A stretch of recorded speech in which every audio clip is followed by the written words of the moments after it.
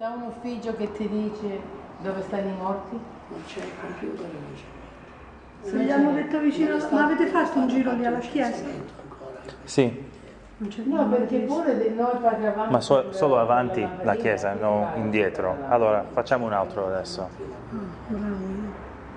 Noi passando andiamo con la macchina, perché io non ce la faccio e papà Sì, sta giù. mio padre è molto Magari guardiamo anche noi per aiutarvi, non lo a so. versere i cognomi.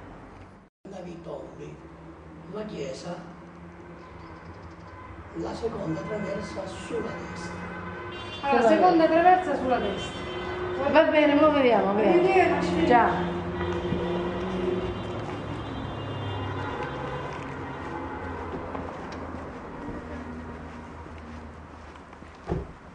So give me the story. What are we doing now?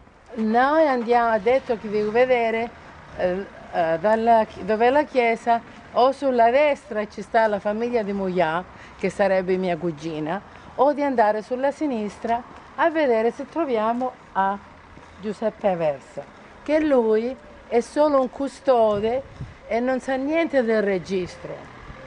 Lui viene qui a guardare, a tenere le cose in ordine. Non mi sembra un tipo di tenere le cose in ordine. Ma questa ora arriva con la macchina. Lasciami stare che adesso sono confusa. Mi sembra che è di qua. Guarda questi cristiani. E tuo padre dov'è? Chi lo sai?